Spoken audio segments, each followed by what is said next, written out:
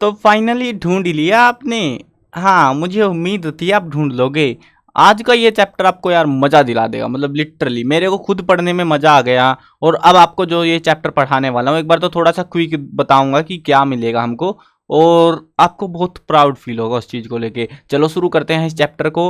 Haryana board की किताब है, कक्षा 7, पाठ नंबर 4, हमारा भारत तो किताब का नाम है, और पाठ का नाम है आपका विश्व में भारतीय संस्कृति का प्रसार। वैसे तो देखो पाठ के नाम से सबको पता लग गया होगा भाई, मतलब मिलेगा क्या इसमें। हमें इसमें एक प्यारी सी कहानी मिलेगी, इस दुनिया की नहीं, इस दुनिया की नहीं मिलेगी, हमें हमारे भारत की मिलेगी। इस महान भारत के साथ जो जो हुआ वो सारा नहीं पता करेंगे आज हम सिर्फ ये पता करेंगे कि भारत की जो सभ्यता थी, भारत के जो लोग थे, भारत के जो विचार थे, भारत के जो भगवान थे, वो कैसे दूसरे देशों में पहुंच गए। और आपको यकीन नहीं होगा, आपको जब पाठ पढ़ोगे ना तब समझ में आएगा, कुछ देश ऐसे हैं भाई जहाँ पे भारत से आज के टाइम पे भारत से भी ज़्यादा इम्पोर्टेंस भारतीय जो परंपराएं हैं उनको दी जाती है। चलो शुरू करते हैं। मैं हूं अजय और आप देख रहे हैं CCL क्लास।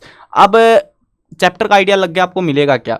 आपको उससे पहले मैं एक चीज़ बता देता हूँ, आपको कंप्लीट ये जो बुक है ना हमारा भारत 2, तो इस पूरी की पूरी किताब का आपको सॉल्यूशन मिल जाएगा, जिसके अंदर नोट्स, अभ्यास के प्रश्न उत्तर, महत्वपूर्ण प्रश्न उत्तर, MCQs, ये 4 चीज़ें मैं रिटर्न में लिखी हुई आपको प्रोवाइड करा रहा हूँ। और साथ में जो है वीडियोज़ तो मिलेंगी आपको। तो प्लेलिस्ट का और पेज का दोनों लिंक डिस्क्रिप्शन में है, चेकआउट आप कर सकते हो। और उसके अलावा पहली कमेंट चेक कर लेना, पिन कर दूंगा मैं उसको लिख के, मतलब पोस्ट करके कमेंट को, तो पहली कमेंट में भी आपको मिल जाएगा।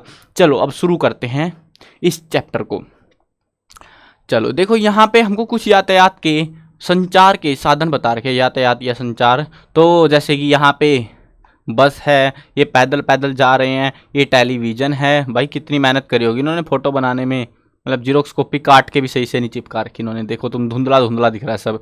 ये जहाज़ है, ट्रेन, ये पता नहीं रेडी है, लैपटॉप है, ये घोड़ा है, मतलब पहले के टाइम पे जाते थे ये लोग ऐसे उठा के सामान, मतलब ये डाक वाक टाइप का जुगाड़ था पहले का। न्यूज़पेपर, कबूतर जा जा जा, तो ऐसी बहुत सारी चीज़ें हमें देखने को मिलेंगी। लेकिन बहुत प्यारा चैप्टर भाई, लिटरली मज़ा आएगा। वैश्वीकरण के इस युग में परिवहन के तीव्रगामी साधनों के परिणाम स्वरूप विश्व के किसी भी स्थान पर कुछ ही घंटों में पहुंचा जा सकता है। देखो वैश्वीकरण क्या होता है, अब विकास जो है ना पूरी दुनिया में फैल चुका है। ये तुम्हारी क्लास वाला विकास नहीं है भाई, ये कोई और विकास है ना। तो ये जो है ना तरक्की जिसको बोलते हैं, तो ये देश दुनिया की तरक्की बढ़ती जा रही है, बढ़ती जा रही है। पहले के टाइम और आज के टाइम में बहुत अंतर आ चुका है। आपको लगेगा भाई हम पढ़ के आ रहे थे, कहाँ पहुँच गए हम। सैटेलाइट चैनलों जैसे कि संचार माध्यमों से दुनिया के किसी भी भाग में हुई घटना का सीधा प्रसारण देखा जा सकता है। सीधी बात यार, टिकटॉक पे, यूट्यूब पे, और कौन कौन से है वो, इंस्टाग्राम, फेसबुक, फलाना ग्राम, बहुत सारी चीज़ें हैं। तो ये सारी चीज़ों के माध्यम से हमें सारी घटनाओं की लाइव रिपोर्टिंग मिल जाती है एक तरीके से। और न्यूज़ मीडिया, वेबसाइट वगैरह वो रह गई अलग से। इंटरनेट के माध्यम से तो मानो पूरी दुनिया हमारी मुट्ठी में आ गई है। हम मीम बनाते हैं और वायरल करते रहते हैं, यही काम है हमारा। हम एक बटन दबाकर कोई भी जानकारी निकाल सकते हैं। इतने अच्छे से मत समझाओ भाई, हमको मज़ा नहीं आएगा फिर, है ना। कि विश्व के किसी भी कोने में रहने वाले व्यक्ति से संपर्क स्थापित कर सकते हैं और चैट कर सकते हैं। तथा सोशल मीडिया जैसे कि फलाना ढिमक्का मैंने बता दिया, उनसे हम सूचनाएं जान सकते हैं, आदान प्रदान करते हैं। तो ऐसी बहुत सारी चीज़ें हमारी दुनिया में आ चुकी हैं। लेकिन आज से बहुत पहले ऐसा नहीं हुआ करता था। आज हमें यह सब एकदम आसान सा लगता है कि भाई कितना आसान है अपने अमेरिका के दोस्त को कॉल करना, मैसेज करना कि भाई मेरे लिए चाय बनवा दे। नहीं, इतना आसान लगता है आप। लेकिन कल्पना कीजिए, सोचिए जरा कि जब ये चीज़ें नहीं थी, यातायात के साधन नहीं थे, जब आपके पास फ़ोन था ही नहीं, आपके नहीं, किसी के पास भी फ़ोन नहीं था, आधुनिक साधन उपलब्ध ही नहीं थे, तब किस प्रकार से लोग एक स्थान से दूसरे स्थानों की यात्रा करते।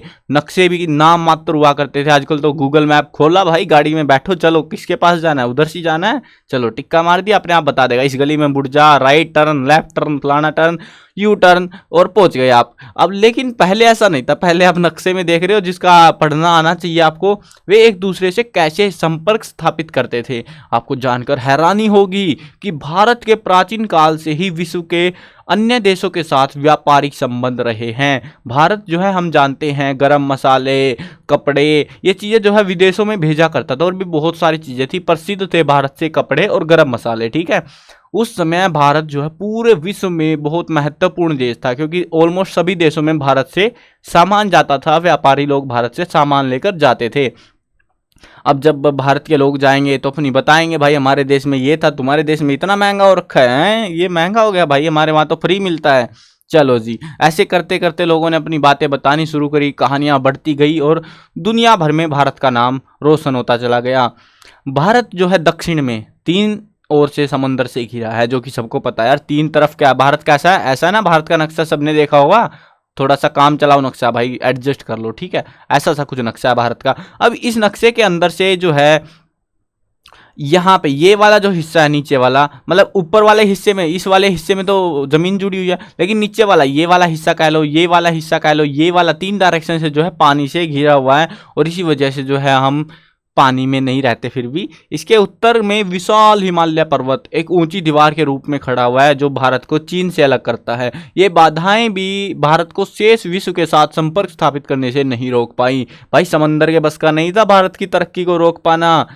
वास्तविकता तो यह है कि हमारे पूर्वजों ने दूर दूर के स्थानों की यात्राएं की, वहां भारतीय संस्कृति की अमिट छाप छोड़ी है। मतलब लोग जो है ना, भारत के जो बुजुर्ग लोग थे, पहले के लोग थे, पूर्वज थे, तो उन लोगों ने बहुत यात्राएं करी है विश्व भर की।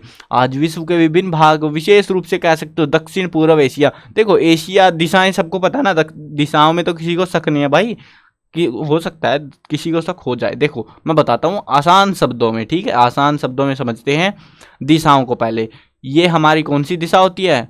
पूर्व दिशा। ये कौन सी होती है? पश्चिम दिशा। और ये ऊपर वाली उत्तर दिशा, और नीचे वाली दक्षिण दिशा। इस दिशाओं को ध्यान रखना।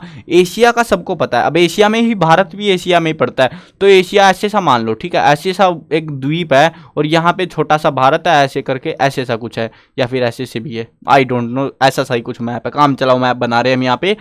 और यहाँ पे बता रहे हैं दक्षिण पूर्व एशिया, दक्षिण पूर्वी एशिया, यानी कि दक्षिण और पूर्व। दक्षिण कहाँ? नीचे की साइड में, और पूर्व कहाँ? इधर वाली साइड में। यानी कि भारत जो है ना, भारत के इधर वाले पड़ोसी देश, इधर वाली साइड में ये भारत है हमारा, ठीक है, ये क्या है? भारत।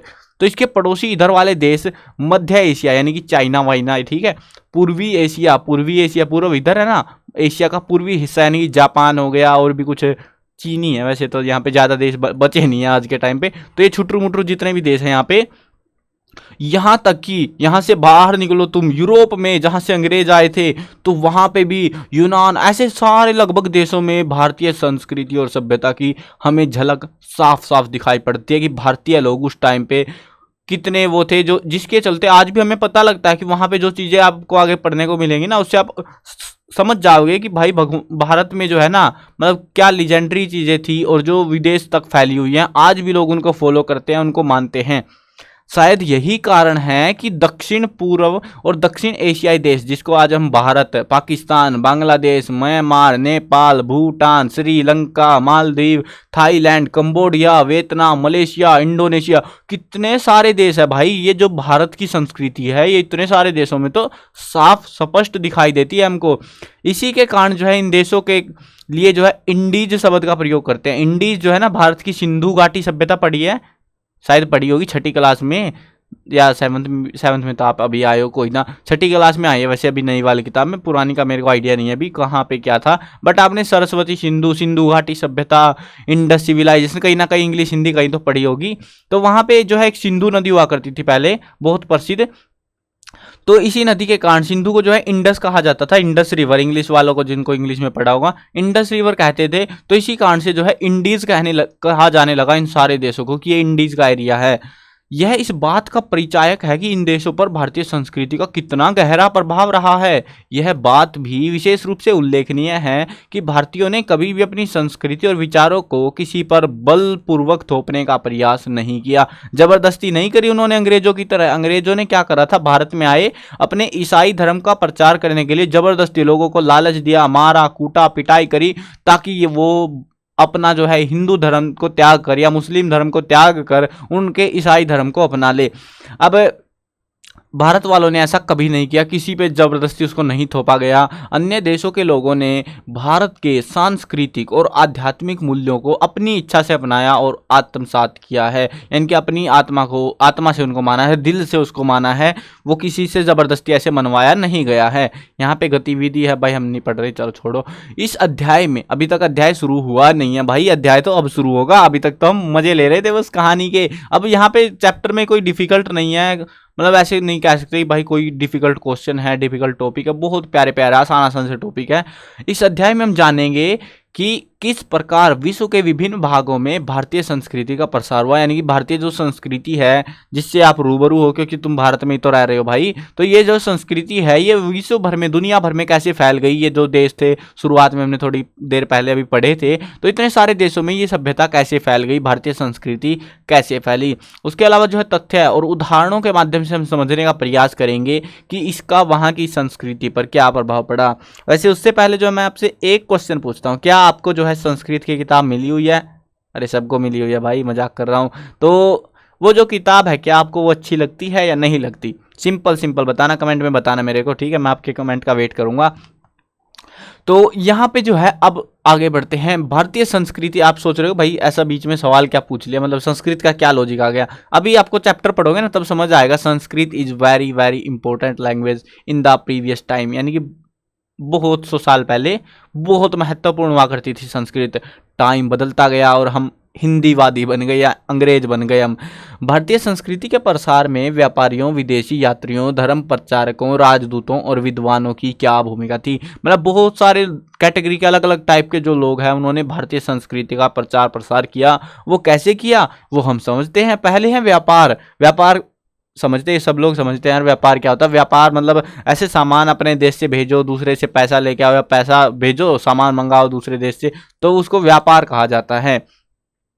तो अब व्यापार के मामले में भारत में प्राचीन काल में काशी, मथुरा, उज्जैन, पाटलिपुत्र जो है आदि ऐसे बहुत सारे संपन्न नगर तथा जो है कैसे कह सकते हैं भृगु, कच्छ, ताम्रलिप्ति, लिप्ति, कावेरीपट्टनम, अरिकामेडु आदि विकसित बंदरगाहें स्थित थी। मतलब नाम याद रखने की कोई जरूरत नहीं है, मतलब भारत में बहुत सारी जगह थी। सिंपल बात यह है 500 ईसा पूर्व के लगभग समुद्री व्यापार के बढ़ने से परिणाम स्वरूप इन संपन्न नगरों और बंदरगाहों से भारतीय व्यापारी के नए अवसरों की खोज में दूर दूर देशों की उन्होंने यात्राएं किया करते थे।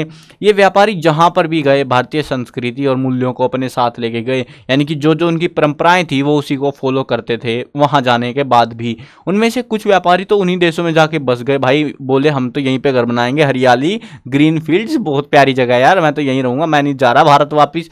तो लेकिन भाई मानसिकता, जो व्यवहार था उनका, जो भी चीजें थी, जो क्रियाकलाप वो करते थे, तो उसमें कहीं ना कहीं भारतीयता की झलक थी।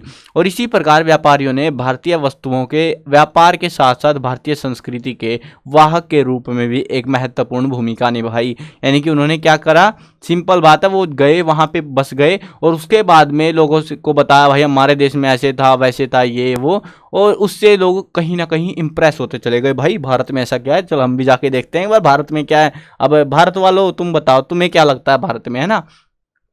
भारतीय विद्वान यानी कि पढ़े लिखे लोग। अब ये पढ़े लिखे लोग बहुत सारे थे, बाहर से मंगाते थे। भारत वाले लोग भी तो ऐसा था ना, बहुत सारे राजाओं की हम कहानी पढ़ के आए हैं, उनमें क्या कर रहे थे, वो बाहर से विद्वानों को बुलाया करते थे। तो ऐसे ही हुआ था, अनेक भारतीय विद्वान और आचार्यों ने भी अनेकों देशों की यात्राएं की और वहां भारतीय संस्कृति की कीर्ति पताका फहराने में महत्वपूर्ण भूमिका निभाई। 67 में, अब ये जो है आपको अजीब सा लगेगा भाई 67 ईस्वी क्या है, मतलब कि ऐसे जैसे अब 2022 चल रहा है ना, वैसे 67 था जब वो, बस खाली 67 था, ठीक है ना, उस टाइम की बात है ये। तो उसमें जो है चीन के शासक मिंग ती, भाई चीनी नाम ऐसे ही मिलेंगे, उनके निमंत्रण पर कश्यप, मार्तंग तथा धर्मरक्षित नामक दो आचार्य जो है, एक का नाम ये है धर्मरक्षित और एक का नाम था कश्यप मार्तंग। तो ये दो आचार्य जो है चीन की यात्रा पर गए। किसने बुलाया था? मिंग ती ने बुलाया था। एक अन्य नाम वाम याद रखने की कोई जरूरत नहीं है, जो भी है इंपॉर्टेंट क्वेश्चन वगैरह आपको मिलेंगे ना वहाँ पे पढ़ लेना, क्योंकि ज़्यादा क्वेश्चन नहीं बनेंगे इस चैप्टर में से। हाँ 1 मार्क्स टाइप के क्वेश्चन बन सकते हैं, बट बड़े क्वेश्चन आपको नहीं मिलेंगे एग्जाम में देखने को इस चैप्टर से। सो अब यहाँ पे आगे बढ़ते हैं। एक अन्य भारतीय आचार्य थे कुमार जीव, वो जब चीन गए तो वहाँ के शासक के अनुरोध पर उन्होंने संस्कृत ग्रंथों का चीनी भाषा में अनुवाद किया। यानी कि विश्व भर में संस्कृत भाषा कैसे प्रचलित होती चली गई, क्योंकि भारत में क्या था, भारत में तो संस्कृत थी भाई, ऑलरेडी संस्कृत बोल रहे थे लोग, लेकिन उसके साथ साथ जो विदेशी लोग थे वो तो अपनी भाषा बोल रहे थे। उन्होंने क्या करवाया, जैसे चीनी लोग थे, चाइनीज लोग थे, उन्होंने जो है चीनी भाषा में जो है संस्कृत के ग्रंथों को अनुवादित करवाया किसी बंदे को बुला के। विक्रमशिला विश्वविद्यालय में प्रमुख आचार्य अतीश, जिसको हम दीपांकर श्री ज्ञान भी कहते हैं, जब 11वीं शताब्दी में तिब्बत गए, तिब्बत जो है बाहर पड़ता है, बॉर्डर पे पड़ता है चीन वाली साइड में, तो उन्होंने वहां बौद्ध धर्म को एक मजबूत आधार प्रदान किया। यानी कि वहां पे लोगों को बताया कि आध्यात्म क्या होता है और बौद्ध धर्म को अपनाओगे तो ये हो जाएगा, वो हो जाएगा, ऐसे बताया भाई। अब जबरदस्ती किसी से नहीं करी कि तुमको लेना ही है, वो तुम्हारी इच्छा भाई, लेना है तो लो, नहीं लेना तो कोई दिक्कत नहीं है। तो उन्होंने जो है परिणाम स्वरूप हुआ क्या, बहुत सारे तिब्बतियों ने बुद्ध धर्म को अपना लिया और इसे तिब्बत का शासकीय धर्म घोषित कर दिया। शासकीय धर्म यानी कि जो राजाओं का धर्म था ना, इस धर्म को, वो धर्म इन्होंने घोषित कर दिया था। तो ये देख लो तुम, मतलब ऐसे नॉर्मल सा कोई बंदा गया, उनको ये धर्म और इसकी जो मान्यताएं थी वो इतनी ज़्यादा पसंद आ गई कि भाई उन्होंने इस धर्म को अपना लिया। आज भी, आज के टाइम पे, प्रेजेंट टाइम में भी जो है तिब्बत में दलाई लामा बौद्ध धर्म के सबसे प्रमुख नेता माने जाते हैं। ये बंदे का नाम याद रखना, दलाई लामा। ये बौद्ध धर्म के सबसे प्रमुख नेता कौन है, दलाई लामा। ठीक है, कहाँ पर है, तिब्बत में। ठीक है, ये लाइन याद रखनी है आपको, इसमें से काम किया थोड़ी सी। अब आगे बढ़ते हैं शैक्षणिक के अंदर। शैक्षणिक यानी कि पढ़ाई लिखाई, जैसे हमारे स्कूल है ना, अब स्कूलों में कौन से बच्चे आते हैं, आपके अड़ोस पड़ोस के या गांव के, आसपास के गांव से, ऐसे ही होता है ना। तो वैसे ही जो है उस टाइम पे ऐसा नहीं होता था, क्योंकि स्कूल इतने सारे थे नहीं। और विश्वविद्यालय की बात करें, जैसे आपको बोला जाए आप Oxford university, London, Cambridge university, फलाना, बहुत सारी यूनिवर्सिटियां ना, तो ऐसी विदेशी यूनिवर्सिटी में पढ़ना चाहते हो, आप बोलोगे हाँ जी बिल्कुल पढ़ना चाहते हैं हम, तो हमें तो खुशी का मौका है। वैसे ही उस टाइम पे जो है प्राचीन काल में भारत में थी नालंदा विश्वविद्यालय, तक्षशिला विश्वविद्यालय, विक्रमशिला विश्वविद्यालय, वल्लभी विश्वविद्यालय, ऐसे बहुत सारे थे भाई। मतलब ये तो ज़्यादा पॉपुलर थे, मतलब नेक्स्ट लेवल के थे ये विश्वविद्यालय। आदि अनेक प्रसिद्ध विश्वविद्यालय भारत में थे, और जो कि न केवल भारतीय बल्कि विदेशी छात्रों और विद्वानों के लिए भी आकर्षण का केंद्र बने हुए थे। यानी कि बाहर के लोग भी आकर वहां पे सीखने आते थे, पढ़ाई करने आते थे। विदेशी विद्वान पर आमतौर पर जो है नालंदा विश्वविद्यालय में शिक्षा प्राप्त करते और विभिन्न विषयों का अध्ययन करने भारत आते थे, ऐसा बताया जाता है। मतलब बता ही सकते हैं भाई, अब हम वहाँ पे थे थोड़ी ना जब नालंदा विश्वविद्यालय था, तो ऐसा बताया जाता है हमको कि विश्वविद्यालय के पुस्तकालय का भवन 7 मंजिला था। यानी कि जो लाइब्रेरी थी ना, लाइब्रेरी तो सबको पता होगी क्या होती है, तो ये जो लाइब्रेरी थी वो बताते हैं कि वो 7 मंजिल ऊंची लाइब्रेरी थी। जैसे एक कमरे में ऐसी किताबें रखी हुई हैं, फिर उसके ऊपर एक और कमरा बना रखा लाइब्रेरी, ऊपर एक और कमरा लाइब्रेरी। भाई इतनी सारी लाइब्रेरियां बना रखी थी, किताबें भरी भरी पड़ी थी, बिल्कुल फुल टू फुल। ये विद्यार्थी शिक्षा पूर्ण करके जब अपने देश वापस जाते थे तो भारतीय ज्ञान के साथ साथ भारतीय संस्कृति को भी अपने साथ ले जाते, क्योंकि भाई बहुत साल हो गए ना इनको यहाँ रहते हुए, तो भारत वालों से इंप्रेस हो चुके हैं, भारतीय लोगों को पसंद करने लगे हैं, तो वहाँ पे जाके भी वो यही क्रियाकलाप करते थे। चीनी यात्री आया हुएनसांग, ये तो मैंने आपको आई थिंक सेकंड चैप्टर में बताया था, थर्ड में बताया होगा शायद से। तो ये एक व्लॉगर आया था, व्लॉगर समझते हो ना, जो सारी जगह की फुटेज रिकॉर्ड कर करके भेजता है, मतलब ऐसे यूट्यूब पे दिखाता है। तो वैसे सा ये भी एक व्लॉगर था, लेकिन उस टाइम पे कैमरे वैमरे नहीं थे, तो इसने किताबों में व्लॉग करा सारा अपना। तो इसने जो है अपनी भारत यात्रा के बारे में भारत के 2 विश्वविद्यालयों नालंदा और वल्लभी में अपने अनुभवों के बारे में लिखा है। और इसी प्रकार तिब्बत में एक महान विद्वान थे तारानाथ, उन्होंने विक्रमशिला विश्वविद्यालय का वर्णन किया और वहां से प्राप्त ज्ञान का तिब्बत में प्रसार किया। यानी कि वो जो भी ज्ञान उनको मिला ना, उस सारे ज्ञान को जाके तिब्बत में बताए, लीक कर दी उन्होंने खास बातें। इस प्रकार शिक्षा के माध्यम से भारत से बाहर भारतीय संस्कृति का प्रसार हुआ था। ऐसे जो है धीरे धीरे वो जो है चीन में जाती गई, अड़ोसी पड़ोसी देशों में से वो फैलती गई। और आपको थोड़ा अजीब लगेगा सुन के, बट पहले के टाइम पे ना, जब मतलब उस टाइम की जब हम बात कर रहे हैं, ये फैला और ये वो हुआ, उस टाइम पे काफ़ी बड़ा था भारत। इतना सा जितना आज हम देखते हैं मैप के अंदर, नक्शे के अंदर, उतना बड़ा नहीं था, उससे भी बड़ा था। ये जो है पाकिस्तान भी भारत के अंदर था, और साथ में जो है बांग्लादेश भी भारत के अंदर ही शामिल था। तो काफ़ी बड़ा भारत हुआ करता था पहले। और उससे पहले की बात करें तो भाई अफगानिस्तान भी भारत में ही शामिल था, बहुत बड़ा था। भी धीरे धीरे अलग अलग होते होते इतना सा रह गया अभी ये। अब यहाँ पे बताते हैं धर्म प्रचारक और राजदूत, इन्होंने बहुत अहम योगदान निभाया है। धर्म प्रचारक, जो कि उनका काम ही ये था धर्म का प्रचार करना दुनिया भर में। अब विदेशों में भारतीय संस्कृति सभ्यता के प्रचार प्रसार में धर्म प्रचारकों एवं राजदूतों का महत्वपूर्ण योगदान रहा। राजा अशोक, सबको पता होगा अशोक महान सम्राट था एक, तो उसने अपने बेटे जो है महेंद्र और अपनी बेटी संघमित्रा को भगवान बुद्ध की शिक्षाओं का प्रचार करने के लिए श्रीलंका भेज दिया था। अब अशोक ने जो है बौद्ध धर्म ग्रहण कर लिया था और काफ़ी मतलब महान सम्राट था, बहुत बड़े साम्राज्य में, तो सिंपल सी बात थी, बौद्ध धर्म का इसने प्रचार करना ही था। तो इसने जो है अपने बेटे को बेटी को जो है श्रीलंका भेज दिया। उसके साथ साथ बहुत सारे बुद्ध भिक्षु भी वहां पर गए। ऐसी मान्यता है कि वह बोध गया के बोधि वृक्ष की एक टहनी पे अपने साथ श्रीलंका ले गए, यानी कि बोधि वृक्ष एक पवित्र स्थान है, पवित्र पेड़ है, तो वहां पे जो बोध गया पवित्र जगह है ना, वहां पे महात्मा बुद्ध को ज्ञान की प्राप्ति हुई थी, तो वहां से जो है पेड़ था जो उसकी एक टहनी लेके श्रीलंका पहुंच गए और वहां पर जाकर उस टहनी को लगा दिया। कालांतर में श्रीलंका में बौद्ध धर्म इतना लोकप्रिय हो गया, एक टाइम आया तो उस टाइम के दौरान जो है सब लोग जो है ऑलमोस्ट बौद्ध धर्म को मानने लग गए। वहां पर महावीर और अभयगिरी नामक 2 बौद्ध मठों का निर्माण भी कराया गया। लंबे समय तक श्रीलंका में बौद्ध धर्म वहां का मुख्य धर्म बन गया और पाली भाषा वहां की साहित्यिक भाषा बनी रही। पाली भाषा यानी कि प्राकृत भाषा, यानी कि जो संस्कृत और ये जो लोकल भाषाएं थी ना भारत की, वो भाषा अब श्रीलंका में चलने लगी और वहां पर लोग उसको मानने लगे। इसी प्रकार पहली और दूसरी शताब्दी के मध्य भारत और कंबोडिया के बीच भी सांस्कृतिक संबंधों की जड़ें तब और भी गहरी हो गई जब भारतीय मूल के कोडियन नामक ब्राह्मण ने वहाँ कोडियन राजवंश की स्थापना की। तो उस टाइम पे जो है और भी ज़्यादा मतलब एक साम्राज्य बन गया, वहीं पे राजा बन गया और जो है कंबोडिया के अंदर बहुत ज़्यादा ये चीज़ भी प्रचलित होती चली गई। अब कुछ ऐसे लोग थे जो बाहर से भारत को देखने आते और वहाँ जाके अपना गुणगान करते, भाई भारत का ऐसा है, भारत वैसा है, भारत है, तुम भी जाओ घूम के आओ। जैसे आप भी जाते हो ना, आप मान लो कहीं चले गए, आप मान लो अमेरिका चले गए या आप दुबई चले गए, तो घूम के आए, आप बताओगे भाई मैंने वहाँ पे बुर्ज खलीफा देखा, मैंने ये देखा वो देखा, यहाँ पे सिस्टम ऐसा है, बढ़िया है, वो है। तो वैसे ही जो है ये लोग भी करते थे। मैगस्थनीज आया था, डायनोसियस आया था, आदि जो विद्वान थे मौर्य काल में भारत आए। और चीनी यात्री आया था एक फायान, चंद्रगुप्त द्वितीय के शासनकाल के दौरान आया। उसने एक किताब लिखी फोकुओ की, भाई चाइनीज लोग थे ऐसे लिखते नाम उनके, तो उसमें भारत की संस्कृति और सामाजिक परंपरा का वर्णन किया गया है। ह्वेन सांग, ये तो सबको पता है, याद रखना पड़ेगा, ये नाम सबको याद हो जाना चाहिए, ठीक है। ह्वेन सांग जो है हर्षवर्धन के शासनकाल में भारत आया। उसने भी एक किताब लिखी सी यू की, भाई अजीब सा नाम है, ऐसे याद रखे, सी यू की तो देखो इत्सिंग, ये ऐसा नाम नहीं है, सी यू, ये चाइनीज नाम है, सी यू की। अब इत्सिंग ने भी जो है एक बंदा था, ये भी, इसने भी जो है भारत की संस्कृति सभ्यता का वर्णन किया। और कुल मिला के हम कह सकते हैं समय समय पर बहुत सारे विदेशी यात्री भारत आते रहे और भारत की संस्कृति को विश्व भर में फैलाते रहे। ये तो फ्री का प्रमोशन हो रहा था, ये है ना। चलो आगे बढ़ते हैं, आगे जानते हैं दक्षिण एशियाई देशों पर भारतीय संस्कृति का प्रभाव। दक्षिण एशियाई समझते हो, यानी कि हमारे पड़ोसी देश, जैसे हमारा देश है, इधर वाले देश जो हैं, इन देशों में बहुत ही ज़्यादा जो है इसका प्रचार हुआ। और कैसे हुआ वो भी जानते हैं। कुछ देश ऐसे भी थे, इधर वाली साइड में भी थे ना, तो जो भी है दक्षिण वाले हिस्से में जो देश पड़ते हैं छोटे छोटे से, उनमें कैसे प्रचार हुआ।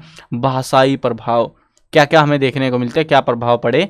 विभिन्न देशों की भाषाओं पर भारतीय भाषाएं जैसे कि संस्कृत, प्राकृत, पाली, ये भारत की भाषाएं थी पहले, मतलब पाली जो है और प्राकृत जो है लोकल भाषाएं मानी जाती है, जबकि संस्कृत उस टाइम पे एक जैसे आज के टाइम पे अंग्रेजी मानते हैं ना, इंग्लिश को जो है हम ऐसे मानते हैं, बहुत स्मार्ट है यार ये बंदा, तो वैसा ही हाल था उस टाइम पे संस्कृत का। तो जो संस्कृत बोल पा रहा है और समझ पा रहा है तो वो एक्स्ट्रा इंटेलिजेंट बंदा था। और ये पाली प्राकृत तो लोकल भाषा थी, ग्रामीण भाषा या फिर शहरी भाषा कह सकते हो, आम बोलचाल की भाषा हुआ करती थी। तो इनका जो है स्पष्ट प्रभाव हमें दिखाई देता है उन देशों के ऊपर। जैसे कि उदाहरण ही उदाहरण है, बागे मजे लो उदाहरणों के तौर पे। जैसे थाई भाषा, थाईलैंड में है ना, तो ये जो थाई भाषा है इसमें रावण का थोसा काटा में के नाम से उल्लेख मिलता है। यानी कि रावण की कहानी तो भाई हिंदुओं की है, भारत की कहानी है ना वो तो, लेकिन वो कहानी थोसा काठा के नाम से वहाँ पे उल्लेखित हमें देखने को मिलती है थाई भाषा में। और जो कि कह सकते हो कि संस्कृत भाषा के शब्द से निकला है, जिसको कहते हैं 10 कंठ।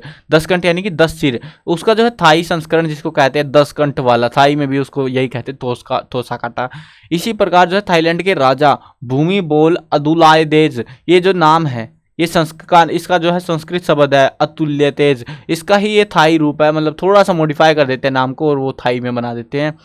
बहुत से ऐसे है, देखो ये आपको अजीब लग रहा हो, मतलब ये भाई मतलब बता तो रहे हैं, कुछ समझ नहीं आ रहा मामला, मतलब कैसे क्या बदल रखा है इन्होंने। देखो आपको क्यों लिखना है, ठीक है, क्यों, कै, ये, ओ, ठीक है, क्यों लिख दिया। अब आपको इंग्लिश में लिखना है तो आप क्या लिखोगे, वाई, ठीक है, समझ में आ गया। लेकिन कुछ ऐसे लोग भी होंगे जो दोस्त को क्यों लिखेंगे, है ना, ये क्यों ऐसे भी लिखेंगे, बहुत सारे लिखते हैं व्हाट्सएप चैट और ये चीज़ों में। तो ये जो भाषा है भाई, ये देखने में अजीब लग रही है आपको, अलग अलग लग रही है ना तीनों की तीनों, लेकिन है तो एक ही चीज़ ये। तो वही सीन है यहाँ पे, बस ये जो है हमारी प्रास, मान लो ये संस्कृत थी, ये थाई में बना दिया, ऐसे करके वो बनाया, ठीक है ना, ज़्यादा फर्क इसीलिए नहीं है उनमें। बहुत से इंडोनेशियन लोगों के नामों का उद्गम भी संस्कृत ही है। उदाहरण के लिए इंडोनेशिया के एक नेता है जिसको कहते हैं सुकर्णो, उसकी बेटी का नाम है मेघावती सुकर्णो पुत्री, यानी कि सुकर्ण की बेटी मेघावती, है ना। तो ऐसे जो है इन्होंने नाम रखे हैं भाई, मतलब क्या ही सीन है। तो संस्कृत ज़्यादा ही पसंद आ गई थी उनको। अब तुम बताओ, मैं बता रहा था ना कि संस्कृत क्यों पसंद है तुमको या पसंद नहीं है, कमेंट में बतानी थी। अब तुम बताओ भाई, इनको तो पसंद आ गई थी, तुमको आती है या नहीं आती।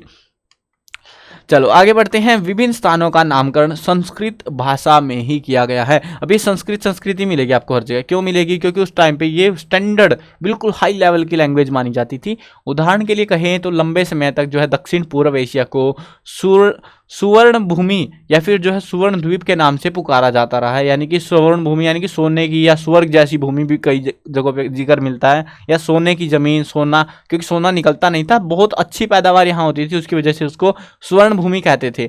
तो थाईलैंड की राजधानी बैंकॉक का जो है एयरपोर्ट का नाम है, एयरपोर्ट हवाई अड्डा जो होता है, तो वहाँ पर जो है उसका आज भी जो नाम है वो स्वर्ण भूमि एयरपोर्ट ही है। तो भाई ये देख लो तुम कितनी पसंद है उनको संस्कृत।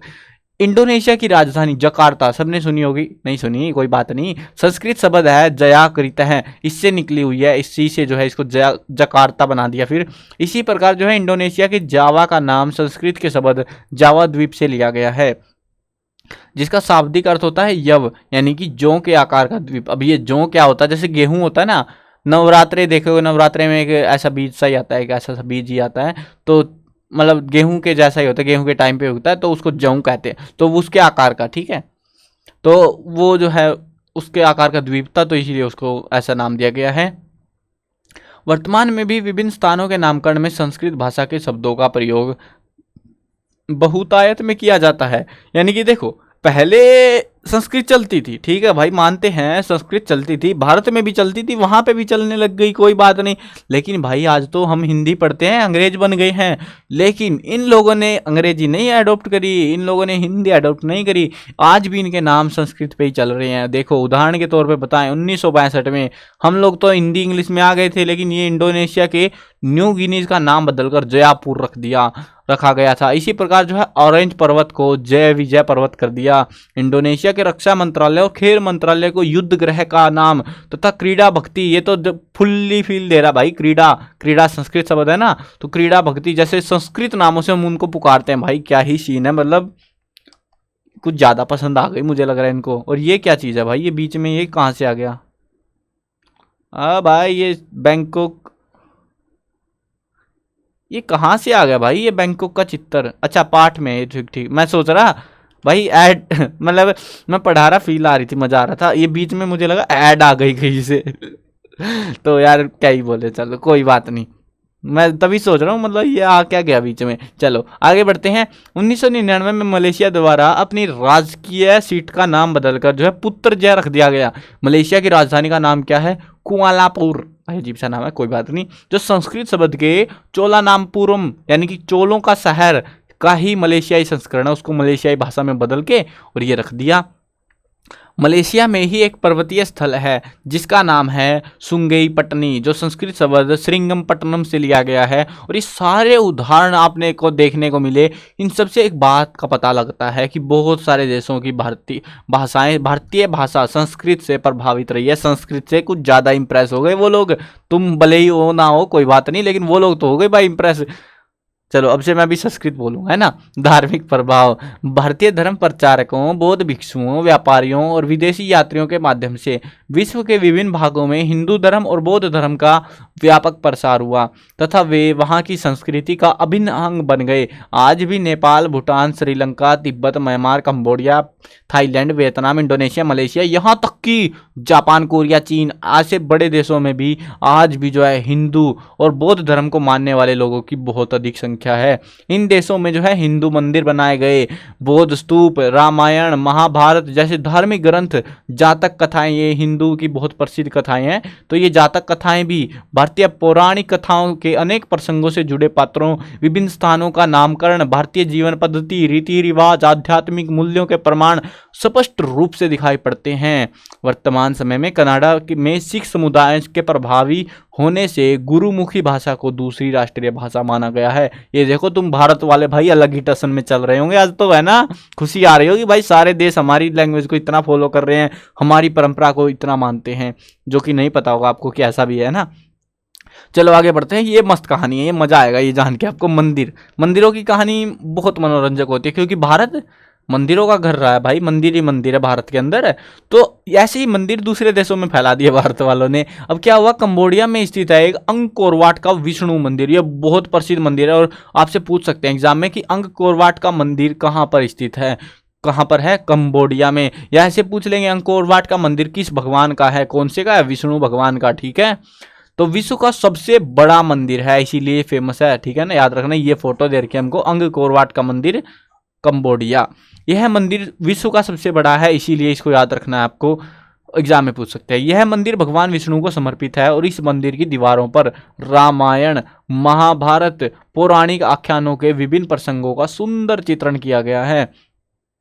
इनमें सबसे प्रमुख है समुद्र मंथन। किस किस को कहानी पता है समुद्र मंथन की? ऐसे मतलब एक क्या हुआ था, मतलब नहीं पता तो मैं बता देता हूँ। एक पत्थर सा मैंने भी उनमें देखा, फिल्मों में, मतलब नाटकों में, अब मैं खुद तो वहाँ पे था नहीं भाई, ठीक है। ये ऐसा कुछ उन्होंने रखा समंदर के अंदर, और उस पर ऐसे रस्सी लपेट के, इधर की साइड राक्षस हो गए बहुत सारे, इधर की साइड भगवान हो गए, और वो ऐसे निकलता गया, एक बार तुम्हारा एक बार तुम्हारा, ऐसे चलता रहा वो समुद्र मंथन में। मतलब एक बार रस्सी इधर घुमा रहे, एक बार इधर घुमा रहे, तो उसमें से चीजें बाहर निकल रही थी समंदर में से। वो जो है विष भी निकला था एक टाइम पे, याद आया हो आपको, भगवान शिव ने पी लिया था उसको, नीलकंठ के नाम से हम बाद में जानने लगे भगवान शिव को, इसी विष के पीने की वजह से।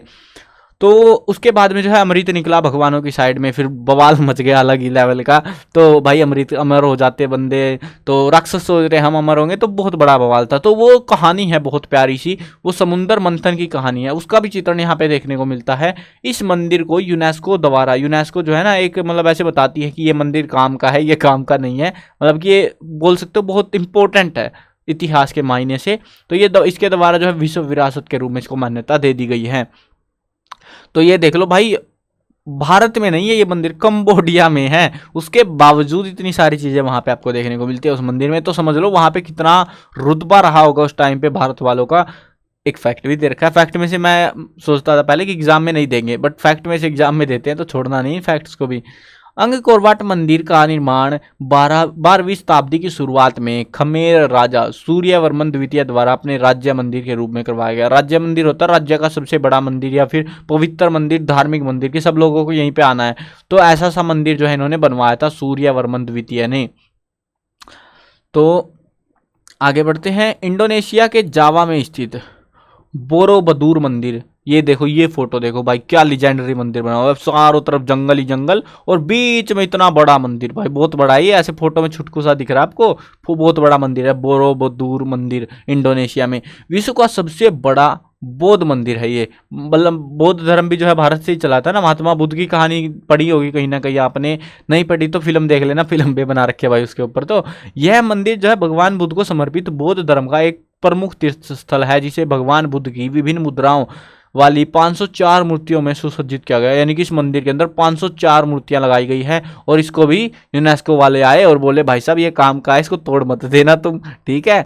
तो इसको भी जो है विरासत घोषित कर दिया। आगे बढ़ते हैं। इंडोनेशिया के जावा में ही परम्बन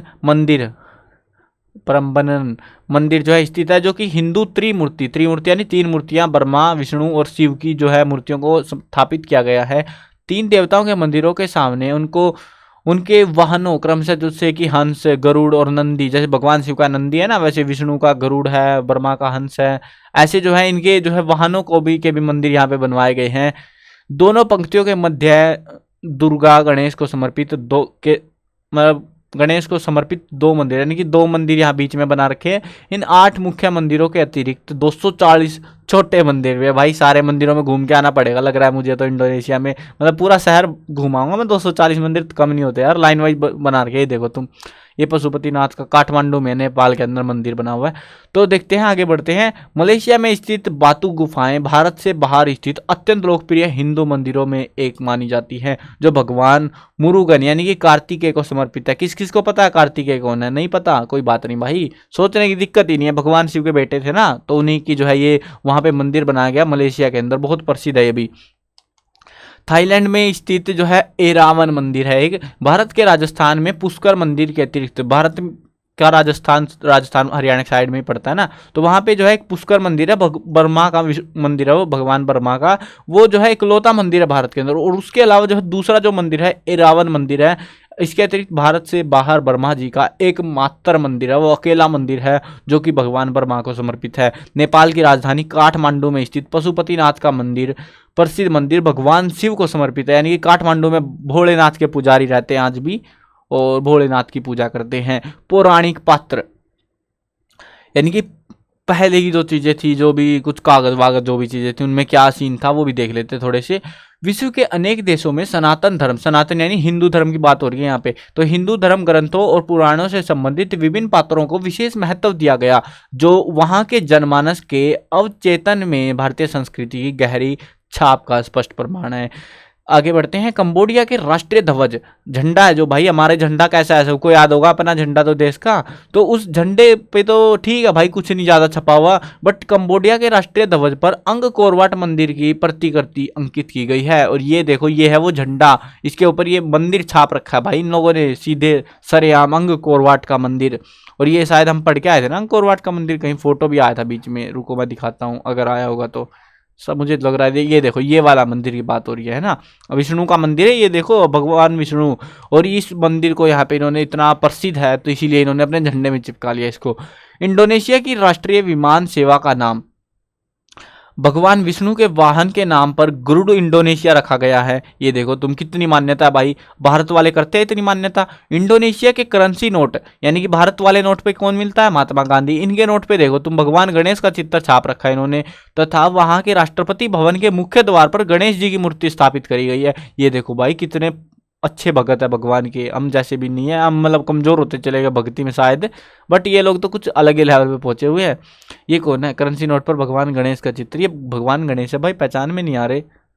ये वाला, अच्छा ये वाले इधर, मुझे लगा ये वाला है, मगर ये तो गणेश लग नहीं रहा। ये देखो, ये यहाँ पे दिख रहा है, तो तीर मार रखा है इन्होंने भी, ताकि तुम कहीं इस बुड्ढे को ना सोच लो कौन है जो भी है। चलो आगे बढ़ते हैं। इंडोनेशिया हो गया ये। बैंकॉक वर्ल्ड ट्रेड सेंटर के बाहर एक शानदार मंदिर का निर्माण कराया गया, जिसमें भगवान गणेश की सुंदर प्रतिमा स्थापित की गई है। और ये देखो वो मंदिर भाई, मतलब ये देखो तुम, भारत का कितने दूर दूर तक भारत के भगवानों की मार्केटिंग हो रखी है, भारत वालों ने बहुत प्रचार कर रखा है। मलेशिया में सेना प्रमुख को लक्ष्मण कहा जाता है। ये देखो, हम सेनापति कहते हैं ना जैसे सेना प्रमुख को, वहां पे मलेशिया के अंदर लक्ष्मण कहते हैं उसको। और जो कि लक्ष्मण सबको पता है, राम रावण युद्ध में हुआ था, राम भगवान श्री राम की विजय में उसके छोटे भाई लक्ष्मण की महत्वपूर्ण भूमिका से ये प्रेरित है, और इसीलिए इसको लक्ष्मण कहते हैं भाई। सेना प्रमुख को क्या कहते हैं? लक्ष्मण। याद रख लेना इसको, लक्ष्मण किस कहाँ पे कहा जाता है? मलेशिया के अंदर कहा जाता है। अब यहाँ देखते हैं, भारतीय पौराणिक स्थानों के नाम पर विभिन्न स्थानों का नामकरण। यानी कि भाई इतना साफ फोटो तुमने कैसे दिखा दिया मेरे को, ये बताओ भाई। कुछ दिख रहा है तुमको? जिसको साफ साफ दिख रहा है वो कमेंट में बता देना, जिसको नहीं दिख रहा है वो छोड़ देना कमेंट को, ठीक है? मैं सोचूंगा मतलब सबने छोड़ दिया वैसे तो ये देखो अयोध्या, भाई साफ लगा देते थोड़ा फोटो यार, इतना क्या साइज बचाने की जरूरत लग रही थी बुक वालों को। थाईलैंड में भगवान श्री राम की जन्मभूमि अयोध्या के नाम से मिलते जुलते नाम वाले एक शहर अयोध्या के अवशेष भी हमको मिले थाईलैंड के अंदर, वो भी भारत के अंदर नहीं मिले, थाईलैंड के अंदर मिले। अयोध्या जैसा एक शहर उन्होंने बसा रखा था। ये देखो तुम, यहाँ से आपको समझ में आएगा, ये है भारत भाई। ये भारत ऐसा कैसे हो गया भाई? कैसे देखूं मैं इस भारत को ऐसे टेढ़ा टेढ़ा मेढ़ा करके? कुछ समझ से भी नहीं आ रहा है ना, भारत अजीब सा नहीं हो गया कुछ? ये देखो तुम भारत भाई, कौन सी नगरी से फोटो खींच के लाए हो तुम लोग? ये देखो ये भाई, अच्छा अच्छा, समझ गया, मैं समझ गया। देखो इन्होंने क्या कर रखा है, समझ गया मैं। ये जो है ना भारत देश के नक्शे के उधर है, थोड़ा सा इधर वाली साइड आ जाओ, ऐसे है भारत, ठीक है। अब ये बीच में बांग्लादेश और ये जो है ना, मतलब यहाँ पे आसाम और ये जो है 7 बहनें हैं, तो वो वाला सीन है यहाँ पे। तो वो वाला हिस्सा है भारत का, वो दिखा रखा है। ये भूटान है, इधर अपना भारत है, ये भी भारत हुआ करता था, बांग्लादेश से इधर निकल के आए, अपना सारा भारत बचा हुआ। ये कोने में मैं भी सोच रहा हूँ यार, भारत का नक्शा बदल कैसे गया, तो ऐसे बदल गए वो, ठीक है। चलो यहाँ पे म्यांमार, ये देखो तुम, यहाँ पे है वो सारे देश, वियतनाम, थाईलैंड, ये सारी जो कंबोडिया वम्बोडिया, वियतनाम, ये जो है इसीलिए दिखा रहे हैं भाई। ये वाले में देखो, ये तो पूरा प्रचार ही प्रचार कर रखा है इन लोगों ने, पूरा भर भर के प्रचार कर रखा है। चलो आगे बढ़ते हैं। इंडोनेशिया के शहर मदुरा का नाम भी भगवान कृष्ण की जन्मभूमि मथुरा या फिर दक्षिण भारत के प्रमुख नगर मदुरई के से मिलता जुलता सा हमको नाम देखने को मिलता है, मदुरा। वैसे तो मुझे तो मथुरा वाली फील आ रही है, इनको पता नहीं मदुरई वाली कैसे आ गई बीच में। जो भी है, इन्हीं में से कोई न कोई सा उठा लिया होगा इन्होंने। अन्य देशों पर, ये तो हो गई बात भाई, बड़े बड़े देश नहीं, छोटे छोटे देश जो कि साइड में ही पड़ते हैं। लेकिन कुछ अन्य देश भी है जिन पर भारतीय संस्कृति का प्रभाव हमें देखने को मिलता है। इसको खत्म करेंगे और चैप्टर खत्म हो जाएगा। सिंपल सा है, प्यारा सा चैप्टर, आसान सा चैप्टर है, बिल्कुल मजा आ गया मेरे को पढ़ के। चीन, जापान, कोरिया और अरब देशों में भी भारतीय संस्कृति का प्रचार हुआ। अब ऐसा नहीं था कि ये छोटे छोटे देशों में भटक रहे थे सारे लोग, वहाँ की संस्कृति में हमें इसकी स्पष्ट झलक दिखाई पड़ती है। जैसे बता रहे हैं कि कांचीपुरम के एक विद्वान बोधि धर्म की जो है ना कहानी है, बहुत ही प्यारी कहानी है। भारत से जो है एक बंदा चीन गया और उसने जो है वहाँ पे मार्शल आर्ट सिखाया, और मतलब लड़ने की टेक्निक, जो ये कुंफू कराटे ये वाला जुगाड़ होता है ना, ये वाला सिखा के आया था वो चीनियों को, चाइनीज लोगों को, और भारत से गया था वो। उसके अलावा कुछ दवाइयों की, बहुत सारी औषधियाँ बनाने का जुगाड़ भी वो बता के आया था। एक फिल्म भी बनी हुई है आई थिंक इसके ऊपर, मैंने देखी थी। सो पता नहीं, नाम मेरे को नहीं याद भाई, वो फिल्म तुमको ही पता है कौन सी है, मेरे को, मैंने देखी है, बट इतना है कि फिल्म बनी हुई है गारंटीड। बोधि धर्मन करके आप सर्च कर लेना, आई थिंक मिल जाएगी तुमको। तो ये जो है यहाँ पे बोधि धर्म के माध्यम से, बहुत मस्त कहानी है वैसे, फिल्म बहुत मस्त है, देखना जरूर से। माध्यम से जो है भारतीय योग और ध्यान की विधि चीन पहुंच गई। मतलब कि ध्यान कैसे लगाते हैं, अपने आप में बिलीव करने की टेक्निक, जो वहाँ पर चान के नाम से लोकप्रिय हो गई। 4वीं शताब्दी में वी राजवंश के प्रथम शासक सम्राट डाउन ने बौद्ध धर्म से प्रभावित होकर इसे चीन का राजकीय धर्म भी घोषित कर दिया। तो ऐसे बौद्ध धर्म वहाँ पे प्रचलित हुआ, परिणाम स्वरूप चीन में बौद्ध धर्म लोकप्रिय हो गया। और आज भी बहुत सारे लोग हैं जो चीन में बौद्ध धर्म वाले रहते हैं, भारत में कम हो गए, पता नहीं कहाँ चले गए भारत वाले, बट चीन में अब भी रह रहे हैं। चीन के उत्तर पूर्व स्थित देश कोरिया में भी बौद्ध धर्म चीन के रास्ते पहुंच गया, चीन से लोग वहां भी पहुंच गए होंगे। 352 में संदो नामक बौद्ध भिक्षु भगवान बुद्ध की प्रतिमा और उसके सूत्र लेकर कोरिया चला गया। अब 404 में जो है कोरिया के प्योंगयांग शहर में 2 बौद्ध मंदिरों का निर्माण करवाया गया। 8वीं और 9वीं शताब्दी में चीन के ही रास्ते ध्यान योग की पद्धति कोरिया पहुंच गई और वहां के राजाओं, रानियों, राजकुमारों, मंत्रियों और यहां तक कि योद्धाओं ने भी एकाग्रता, निडरता और वीरता जैसे गुणों का विकास करने के लिए बड़े पैमाने पर प्रशिक्षण प्राप्त किया। कोरिया में बौद्ध ग्रंथों को छापा गया फिर बाद में ऐसे पब्लिकली। और भाई भारत वालों को कुछ नहीं पता है ना, तो बहुत सारी चीज़ें पता लगी ना इस चैप्टर से कि भारत कितना महान था पहले के टाइम पे, आज भी महान ही है वैसे तो, बट इतना नहीं बचा, क्योंकि यार हम लोगों ने इसको थोड़ा नोटंकी वोटंकी में हल्का कर रखा है, मामला खराब हो रखा है, कुछ अंग्रेजों ने भी कर दिया, बीच में गड़बड़ा दिया था पूरा सिस्टम। जापान में भारतीय संस्कृति का सबसे पहला प्रमाण 552 के आसपास मिलते हैं, जब कोरिया के सम्राट ने जापान के सम्राट को भगवान बुद्ध की प्रतिमा, उनके सूत्र, पूजा यंत्र भेंट के रूप में भेजे थे। तो जल्द ही हजारों की संख्या में जापानी लोग बौद्ध भिक्षु बन गए और बौद्ध धर्म को जापान में राजकीय धर्म का दर्जा दे दिया गया। तो वहां पे भी राजकीय धर्म बना दिया बौद्ध धर्म को। संस्कृत को जो है जापान में, देखो हमारे देश में संस्कृत कितनी बोलते हैं, ठीक ठाक ही बोलते हैं, लेकिन जापान की बात कर रहे हैं हम। संस्कृत को जापान में पवित्र भाषा के रूप में मान्यता मिल गई और बौद्ध भिक्षु संस्कृत के वर्णों और मंत्रों को लिखने का विशेष प्रशिक्षण प्राप्त करने लगे। यानी कि ये देखो पवित्र भाषा बना दी संस्कृत को, और तुम इसको कैसी भाषा मानते हो भाई, किताब पढ़ के हैं तो देख लो, तुम भी अच्छे से पढ़ो भाई, मस्त है। अगर दिक्कत आ रही हो ना संस्कृत पढ़ने में, कोई दिक्कत नहीं है, मैंने वेबसाइट पे वैसे तो लिख रखा है 7th क्लास का सॉल्यूशन, और 8th का तो पूरा ही कर रखा है मैंने। और साथ में जो है ना वीडियो भी सोच रहा हूँ बनाने की। एक बार ये किताब निपटा के फिर आपकी संस्कृत चालू करवा देंगे, मगर आपको डिफिकल्टी लगे तो ठीक है, वो आप बता देना कमेंट में। अगर संस्कृत डिफिकल्ट लग रही है, समझ नहीं आ रही है, तो कैसे उसको प्रिपेयर करना वो मैं बता दूंगा आपको। आसान है, इतनी मुश्किल नहीं होती। प्रशिक्षण प्राप्त करने लगे। इन्होंने जिस लिपि का प्रयोग किया उसे हम सित्तनन के नाम से जाना जाता है, जो संस्कृत मूल के शब्द सिद्धम का जापानी संस्करण माना जाता है। यानी ऐसी लिपि जो सिद्धि प्राप्त करे। अब यहाँ पे आगे बढ़ते हैं। और क्या आप जानते हैं, क्या जानते हैं भाई बता दो। नालंदा प्रम्बन मंदिर, बोरोबदूर मंदिर, अंगकोरवाट मंदिर को यूनेस्को ने विश्व धरोहर घोषित किया। भाई तुम पहले बता दिया, तुम अब वापस से क्यों बता रहे हो? हमको पता है हमको। हिमालय के उत्तर में स्थित तिब्बत बौद्ध धर्म का प्रमुख केंद्र है। 7वीं शताब्दी में तिब्बत के शासक नारदेव ने अपने मंत्री थोनमी संभोत को 16 विद्वानों के साथ मगध भेजा। मगध भारत में साम्राज्य हुआ करता था बहुत बड़ा। धनानंद वाली कहानी, चंद्रगुप्त मौर्य की कहानी देखी होगी ना, टीवी पे आती है, तो वही मगध की बात हो रही है यहाँ पे, जहाँ उन्होंने भारतीय आचार्यों से शिक्षा ग्रहण की और तिब्बत में एक नई लिपि का प्रतिपादन किया, जो भारत की ब्राह्मी लिपि के वर्णों पर आधारित है। यानी कि भारत से कौन सी लिपि चली गई? ब्राह्मी लिपि, और वहाँ पे वो प्रचलित हो गई। उसने पाणिनि के संस्कृत व्याकरण के आधार पर एक नए व्याकरण की भी रचना की, जिसे बाद में अनेक संस्कृत ग्रंथों का तिब्बती भाषा में अनुवाद किया गया। अरब देशों के साथ भारत के व्यापारिक और सांस्कृतिक संबंधों का इतिहास अत्यंत प्राचीन है, क्योंकि भारत और अरब देश शुरुआत में अरब देश ही व्यापार करते थे भारत के साथ में, मसालों का, कपड़ों का। बाद में अंग्रेज आ गए थे, फिर इनको मार दिया बेचारों को।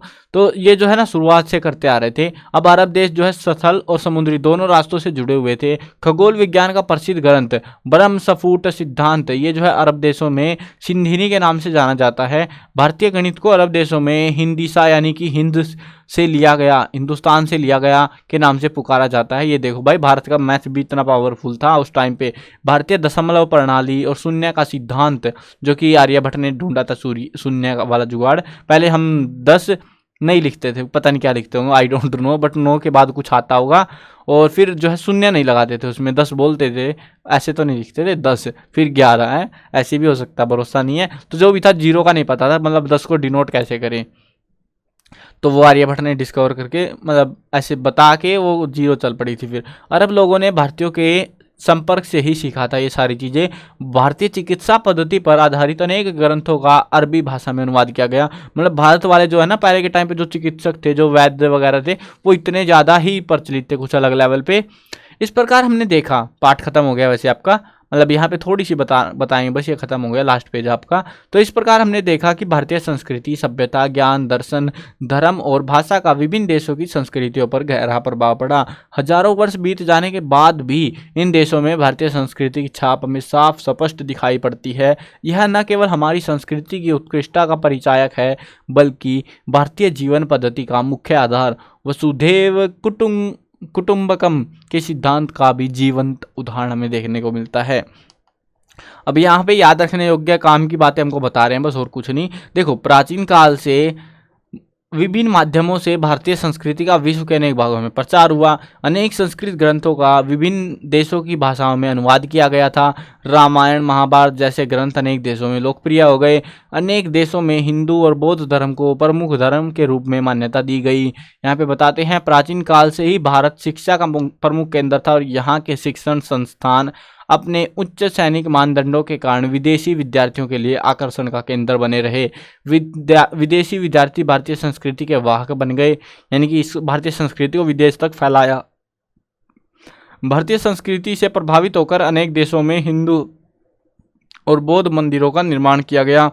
भारतीय भाषा, संस्कृत और भारतीय लिपि ब्राह्मी का अनेक देशों की भाषाओं और लिपियों पर गहरा प्रभाव पड़ा। भारतीय खगोल विज्ञान, गणित, चिकित्सा पद्धति, योग, ध्यान आदि का विश्व के कोने कोने में प्रसार कर दिया। भाई ये था हमारा प्यारा सा भारत। बहुत मस्त चैप्टर था भाई, मतलब जो जो चीज़ें, आई थिंक तो आधी चीज़ें तो मेरे को भी नहीं पता थी कि इतनी खतरनाक सभ्यता संस्कृति थी हमारी यार पहले के टाइम पे। अब पता नहीं अब कैसी हो गई है, टिकटॉकर बन चुके हैं हम तो बिल्कुल पूरे, है ना। चलो कोई ना, तो आप भी बेटर बन सकते हो, कोशिश करते रहो, बस सीखते रहो। चलो अब वीडियो खत्म करते हैं। मैं कवर करने वाला हूँ क्लास 1 से लेकर 12th तक सभी सब्जेक्ट की वीडियो, हिंदी मीडियम और इंग्लिश मीडियम दोनों में होने वाली है। तो सब्सक्राइब कर लेना, साथ में घंटी दबा लेना, ताकि कोई भी अपडेट आए आपको टाइम से मिल जाए बिल्कुल से। और हाँ, एक चीज़ बता देता हूँ, हरियाणा बोर्ड के जो है ना, आपको पेपर्स और पेपर्स के सोल्यूशन, पिछले सालों के जो क्वेश्चन पेपर वगैरह, ऐसी बहुत सारी चीज़ें जो है एग्जाम से पहले आपको प्रोवाइड कराई जाएंगी। सो अगर सब्सक्राइब कर रखा होगा तो टाइम से पता लग जाएगा, नहीं तो भाई फिर अपना ढूंढते रहो कहाँ मिलेंगे इंपॉर्टेंट क्वेश्चन, कहाँ क्या मिलेगा। बट हम आपके लिए कोशिश करेंगे सारा कंटेंट आपको प्रोवाइड करा दे। चलो मिलते हैं नई वीडियो में, बाय बाय।